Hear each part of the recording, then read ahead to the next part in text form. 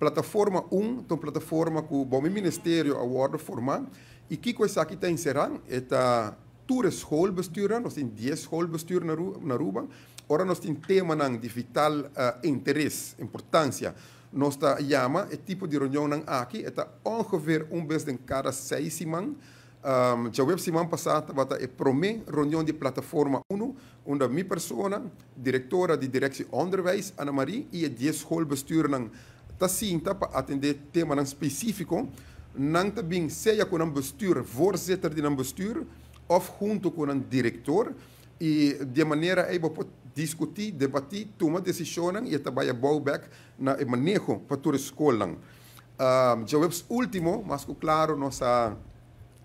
damos de bolo também, está um primeira reunião com a plataforma 1, para nós poder área bonita, pero seguro também minha pessoa passa e dar informação que o doorlichte rapport a você está claro, está final, já minha primenti que semana aqui está word publicar e ponir arriba website ideia e oficialmente toda gente vai ter acesso desde semana aqui na dicho rapport que a word terminar e está claro para o word executar. A dar uma explicação também como essa aqui está funcionando. Nós explica também que den Finlândia overleg na mei de januari na Corsou,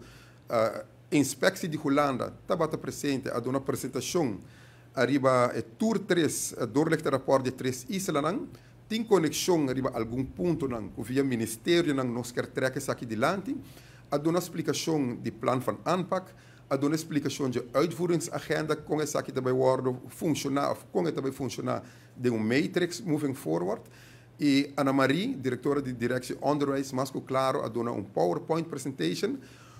hopi detalhar, hopi profundo, passina por